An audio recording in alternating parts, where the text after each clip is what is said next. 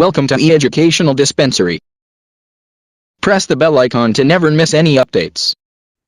أعوذ بالله من الشیطان الرجیم بسم اللہ الرحمن الرحیم رب اشرح لی صدری ویسر لی امری واحلل عقدۃ من لسانی یفقہوا قولی۔ عزیز ساتھی بزرگوں، معلومات حج و عمرے سیریز کی زیارات کی 7ویں قسط کا پارٹ نمبر 3 چل رہا ہے، جو کہ زیارات مدینہ منورہ پہ مشتمل ہے۔ امید ہے اس سے پہلے کی زیارات مکہ مکرمہ اور مدینہ منورہ کی آپ نے دیکھ لی ہوں گی۔ اب یہ تیسری زیارت مدینہ منورہ کی ہے۔ ہم نے کوشش کیا ہے کہ بہت سی زیارات کو اس میں شامل کر لیں، آپ کو فائدہ پہنچ سکے۔ یہاں کی جو زیارت اس پارٹ میں ہے وہ ہے جنت البقیع، جس کو بقیع الغرقد بھی کہا جاتا ہے۔ جنت البقیع جو مدینہ منورہ کا واحد قبرستان ہے۔ یہ مدینہ منورہ کا وہ قبرستان ہے جہاں اصحاب رسول، اہل بیت رسول اور کئی معزز شخصیات مدفون ہیں۔ دراصل بقیع اس جگہ کو کہتے ہیں جہاں جنگلی پیڑ پودے بکثرت پائے جاتے ہیں۔ یہاں اس جگہ پر کانٹے دار جھاڑیاں یعنی غرقد کی بہت جھاڑیاں تھیں، اسی لیے اس کا نام بھی بقیع غرقد پڑ گیا۔ بعد میں یہی قبرستان جنت البقیع کے نام سے جانا گیا۔ فی الحال یہ قبرستان مسجد نبی صلی اللہ علیہ وسلم کی مشرق میں مسجد کے خارجی صحن سے ملا ہوا ہے۔ رسول اللہ صلی اللہ علیہ وسلم اور حضرات مہاجرین رضوان اللہ اجمعین نے جب مدینہ منورہ کو اپنا مسکن و وطن بنایا تو اس شہر مبارک میں مزید تعمیری و تمدنی ترقی ہونے لگی۔ اس وقت رسول اللہ صلی اللہ علیہ وسلم نے ارادہ فرمایا کہ کوئی مناسب جگہ مسلمانوں کی اموات کی تدفین کے لیے متعین ہو جائے۔ اسی مقصد کے پیش نظر آپ صلی اللہ علیہ وسلم نے اس بقیع کی جگہ تشریف لائے تو ارشاد فرمایا، مجھے اس جگہ یعنی بقیع کا حکم قبرستان کے لیے دیا گیا ہے۔ اس روایت سے معلوم ہوا کہ اللہ تبارک تعالیٰ نے اپنے رسول سیدنا حضرت محمد مصطفیٰ صلی اللہ علیہ وسلم کو اس بقیع کی جگہ مسلمانوں کی قبرستان بنانے کا حکم فرمایا تھا، اور یہیں سے اس جگہ یعنی بقیع قبرستان کی فضیلت کی ابتدا ہوتی ہے۔ اس قبرستان میں تقریباً 10,000 صحابہ کرام، 9 امہات المومنین، اولاد محمد صلی اللہ علیہ وسلم، اہل بیت، اولیاء اللہ، صوفیاء، علماء محدثین اور دیگر مدفون ہیں۔ سب سے پہلے انصار مدینہ میں اسد بن زرارہ اور عثمان بن مظعون اس قبرستان میں دفن کیے گئے۔ جنت البقیع میں قبروں پر ایسے کتبے یا نشانات نہیں تھے جن سے ابتدائی دفن شدہ شخصیات کا علم آسانی سے ہو سکے، لیکن بعد میں مورخین کی تحقیق کی روشنی میں کئی اہم شخصیات کی قبروں کی نشاندہی کی گئی، اور وقت گزرنے کے ساتھ ساتھ جب زیادہ قبریں ہو گئیں تو بہت سے مزارات اور گنبد تعمیر کیے گئے جو پچھلی صدی تک باقی تھے، اور آل سعود نے یوم الحدم میں سنت و حدیث کو سامنے رکھ کر سب کو ختم کر دیے۔ ترمذی شریف میں ہے کہ حضرت عمر رضی اللہ عنہ سے روایت ہے کہ رسول اللہ صلی اللہ علیہ وسلم نے فرمایا، جس سے ہو سکے کہ مدینہ منورہ میں مرے تو وہی مرنے کی کوشش کرے، کیونکہ جو یہاں مرے گا میں اس کی شفاعت کروں گا۔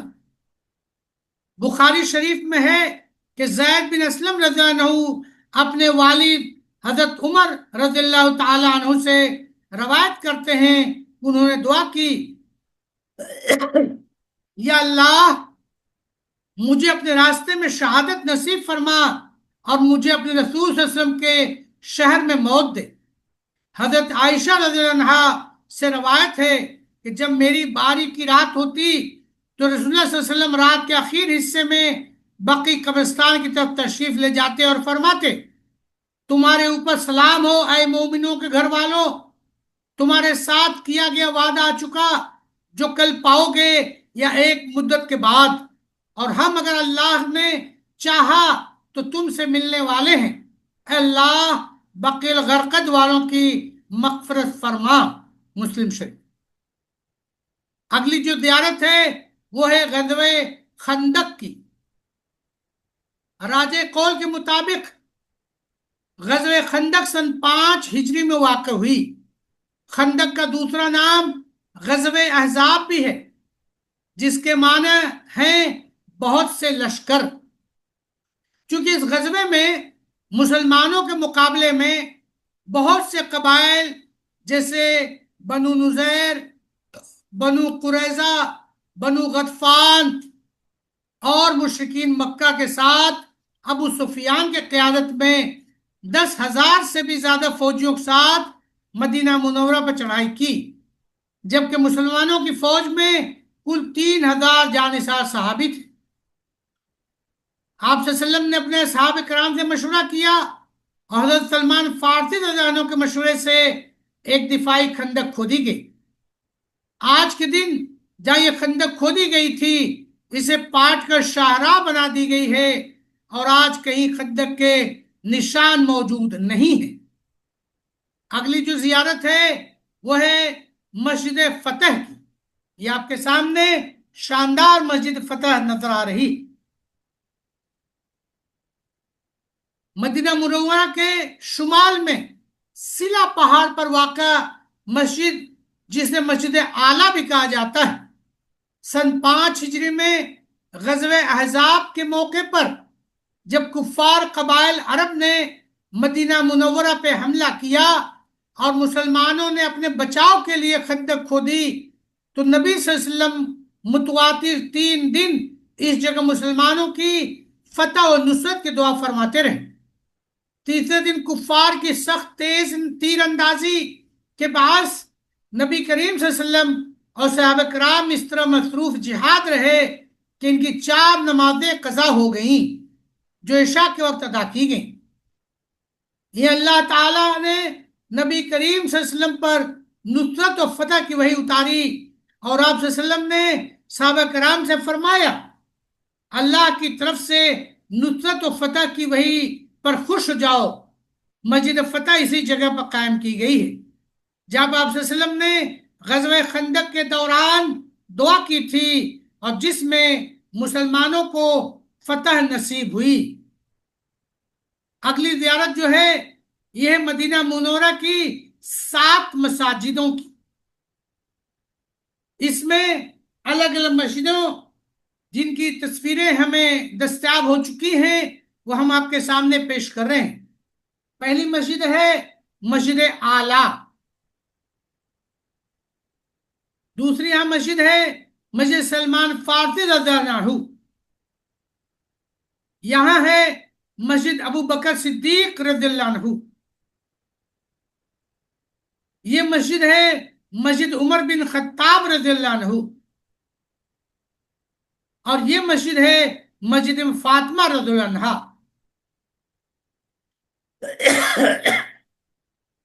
مدینہ منورہ میں بہت سے ایسی مساجد ہیں جو اسلامی تاریخ میں بڑی اہمیت رکھتی ہیں۔ اس مساجد کی دیکھ بھال کے حوالے سے خادم حرمین شریفین شاہ سلمان بن عبدالعزیز کی خصوصی توجہ حاصل ہے۔ اس سلسلے میں اس مساجد کی مرمت اور تزئین و آرائش کا خصوصی خیال رکھا جاتا ہے، اور یہاں مطلوب تمام تر ساز و سامان اور الیکٹرانک آیات کی بروقت فراہمی کو بھی یقینی بنایا جاتا ہے۔ مجموعی طور پر 6 مساجد جبل سلا کی مغرب سمت میں اس مقام کی نزدیک واقع ہیں جہاں غزوہ خندق کے موقع پر مسلمانوں نے مدینہ منورہ کی دفاع کے واسطے مشہور خندق کی کھدائی کی تھی۔ یہ مقامات اور غزوے کے دوران مربوط انداز سے زیر نگرانی تھے، لہذا ہر مسجد کو اس کے متعلق شخصیت کے نام سے منسوب کر دیا گیا۔ شمال سے جنوب کی جانب یہ مساجد بالترتیب اس طرح ہیں: مسجد اعلیٰ، مسجد سلمان فارسی، مسجد ابو بکر صدیق، مسجد عمر بن خطاب، مسجد علی بن ابی طالب اور مسجد فاطمہ رضی اللہ عنہم اجمعین۔ مورخین کے مطابق مسجد قبلتین کو بھی اس میں شامل کر لیتے ہیں، جو کہ ان مساجد سے قریب ہی تقریباً 1 کلومیٹر پر واقع ہے۔ اس طرح سے انہیں سباہ مساجد کے نام سے بھی یاد کیا جاتا ہے۔ اگلی جو زیارت ہے وہ ہے جبل احد کی۔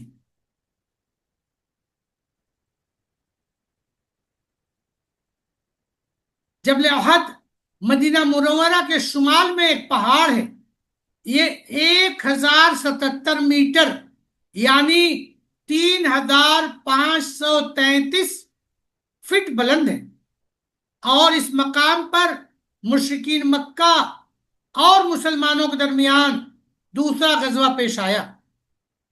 امام بخاری روایت کرتے ہیں کہ نبی کریم صلی اللہ علیہ وسلم ایک مرتبہ جبل احد پر چڑھے، آپ صلی اللہ علیہ وسلم کے ہمراہ حضرت ابوبکر، حضرت عمر اور حضرت عثمان بھی تھے۔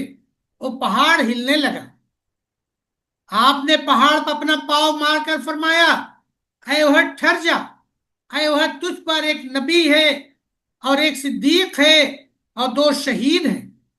احد وہ پہاڑ ہے جس کے متعلق حضور صلی اللہ علیہ وسلم نے فرمایا، ہم کو اس سے محبت ہے اور اس کو ہم سے محبت ہے۔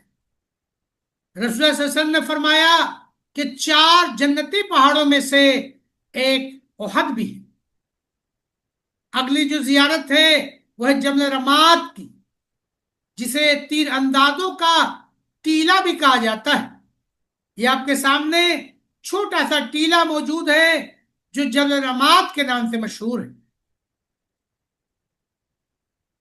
یہ ہے جبل رماد اور احد کے پہاڑ کے درمیان کی ایک جگہ جسے شہدائے احد کہتے ہیں۔ یہیں پر احد کی جو جنگ ہوئی تھی، جنگ احد، وہیں پر شہداء کی قبریں ہیں۔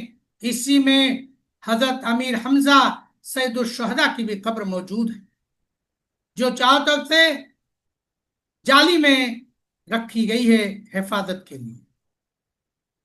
یہ جو آپ کے سامنے ہے یہ حضرت امیر حمزہ رضی اللہ عنہ کی قبر ہے، جو کہ شہداء احد میں سے ہے، اور یہاں پر پتھر کنارے سے رکھ کر کے اس کی نشاندہی کی گئی۔ مدینہ منورہ کے قریب مسجد نبوی صلی اللہ علیہ وسلم سے تقریباً 3 کلومیٹر شمال میں جبل احد سے متصل ایک چھوٹا پہاڑ ہے جسے جبل رماد کے نام سے جانا جاتا ہے۔ جنگ احد میں، جو کہ 7 شوال یعنی 3 ہجری 23 مارچ 625 عیسوی میں مسلمانوں اور مشرکین کے درمیان احد پہاڑ کے دامن میں ہوئی تھی۔ یہ وہ جگہ ہے جہاں رسول اللہ صلی اللہ علیہ وسلم نے غزوہ احد سے قبل اپنے 50 تیر اندازوں کو حضرت عبداللہ بن جبیر رضی اللہ عنہ کے قیادت میں تعینات کیا، اور انہیں تاکید کی کہ میدان جنگ کی صورتحال خواہ کچھ بھی ہو اپنی جگہ نہ چھوڑے۔ لیکن ابتدائی دور جنگ میں ہی مشرکین مکہ کے پیر اکھڑ گئے اور وہ میدان جنگ چھوڑ کر فرار ہونے لگے۔ نتیجہ یہ ہوا کہ کچھ تیر انداز آپ صلی اللہ علیہ وسلم کے حکم کی خلاف ورزی کرتے ہوئے اپنی جگہ چھوڑ کر میدان میں اتر آئے اور مال غنیمت جمع کرنے میں لگ گئے۔ اسی دوران خالد بن ولید، جو کہ ابھی ایمان نہیں لائے تھے، نے دیکھا کہ در عینین، جو کہ جبل رماد سے لگا ہوا ہے اور مسلمانوں کے لشکر کے پشت کی جانب ہے، یہاں سے حملہ کیا جا سکتا ہے۔ انہوں نے بھاگتے ہوئے گھوڑ سواروں اور فوجیوں کو جمع کر کے ایکائک یہاں سے مسلمانوں پر حملہ کر دیا، اب جیتی ہوئی بازی پلٹ دی۔ جنگ کا تو خاطر خواہ نتیجہ کچھ نہیں نکلا، لیکن مسلمانوں کو بہت بڑی قیمت اپنے 70 صحابیوں کے شہادت سے چکانی پڑی۔ اسی میں آپ صلی اللہ علیہ وسلم کے چچا حضرت امیر حمزہ رضی اللہ عنہ بھی شہید ہوئے۔ اس کا ذکر قرآن کی سورہ آل عمران سورہ نمبر 3 152 میں بھی آیا ہے۔ اگلی جو زیارت ہے وہ ہے بئر غرس کی. بئر غرس یہ ایک کنواں ہے. بئر غرس مدینہ منورہ کے کنووں میں سے ایک کنواں تھا جو کہ مسجد قباء کے مشرق میں نصف میل کے فاصلے پر ہے. یہ ایک بہت بڑا کنواں ہے جس میں کافی زائد پانی ہے. اس پانی پر سبزی کی کائی غائب ہے. اس میں زینہ بھی ہے جس کے ذریعے کنویں میں اترا جا سکتا ہے، لیکن فی الحال حفاظتی انتظام کے تحت اسے جالیوں سے بند کر دیا گیا ہے. 882 ہجری میں اس کی تجدید ہوئی تھی. یہ بات پائے ثبوت کو پہنچی ہے کہ حضور صلی اللہ علیہ وسلم نے اس کے پانی سے وضو کر کے بقیہ پانی کو اس میں ڈال دیا. ابن حیان نقل کرتے ہیں کہ انس بن مالک رضی اللہ عنہ بئر غرس سے پانی منگواتے اور فرماتے کہ میں نے رسول اللہ صلی اللہ علیہ وسلم کو دیکھا ہے کہ آپ صلی اللہ علیہ وسلم اس بئر غرس کا پانی پیتے اور وضو فرماتے تھے. ابراہیم بن اسماعیل بن مجمع سے روایت ہے کہ ایک دن حضور صلی اللہ علیہ وسلم نے فرمایا میں نے آج کی رات بہشت کے کنویں میں سے کسی کنویں پر صبح کی ہے. حضور صلی اللہ علیہ وسلم صبح کو بئر غرس پر پہنچے اور وضو فرمایا. اس میں اپنا لعاب مبارک ڈالا. آپ کے سامنے تحفتاً شہد پیش کیا گیا. اس شہد کو بھی اس کنویں میں ڈال دیا. ابن ماجہ سے صحیح روایت کے ساتھ بیان ہے کہ رسول خدا صلی اللہ علیہ وسلم نے وصیت فرمائی تھی کہ مجھ کو وصال کے بعد 7 مشکیزیں میرے کنویں یعنی بئر غرس سے پانی سے غسل دینا. آج بھی لوگ بئر غرس پر پہنچتے ہیں، کنویں کی زیارت کرتے ہیں اور وہاں پانی پلانے کا بھی مناسب انتظام ہے. لوگ پیتے بھی ہیں اور بوتلوں ڈبوں میں بھر کر لے بھی جاتے. اگلی جو زیارت ہے وہ ہے غزوہ بدر کی. حق و باطل کا یہ پہلا معرکہ ہے جو کہ غزوہ بدر کے نام سے جانا جاتا ہے. یہ مقام مدینہ منورہ سے تقریباً 110 کلومیٹر کے فاصلے پر واقع ہے. یہاں پر 17 رمضان المبارک 2 ہجری بمطابق 13 مارچ 624 عیسوی میں ایک فیصلہ کن جنگ مشرکین مکہ کی تقریباً 1000 افراد پر مشتمل لشکر عمرو بن حشام جس کا نام آپ صلی اللہ علیہ وسلم نے ابو جہل رکھا تھا کی قیادت میں جو کہ جنگی ساز و سامان سے لیس تھا. دوسری طرف آپ صلی اللہ علیہ وسلم کی قیادت میں صرف 313 جانثار صحابی اور وہ بھی بے سو سامانی کی حالت میں ہوا. اس جنگ کا ذکر قرآن مجید کی سورہ آل عمران سورہ نمبر 3 اور آیت نمبر 123 میں بھی آیا. مسلمانوں کو زبردست فتح ہوئی. 14 مسلمان شہید ہوئے. ان شہید مسلمانوں کے ناموں کو تختی وہاں نصب ہے، جبکہ مشرکین مکہ کے 70 بڑے جانباز قتل ہوئے اور 70 ہی قیدی بنائے گئے.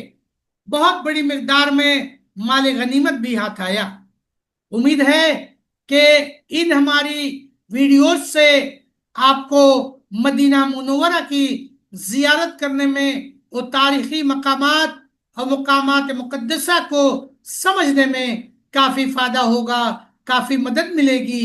اس لیے ہماری گزارش ہے کہ آپ ہمارے چینل کو سبسکرائب کریں، لائک کریں اور دوسروں کے درمیان میں شیئر کریں تاکہ مکہ و مدینہ جانے والے، حج عمرہ کرنے والے تمام زائرین کو اس کا فائدہ پہنچ سکے. وآخر دعوانا ان الحمدللہ رب العالمین. السلام علیکم ورحمۃ اللہ وبرکاتہ. Subscribe now and press the bell icon. Never miss an update.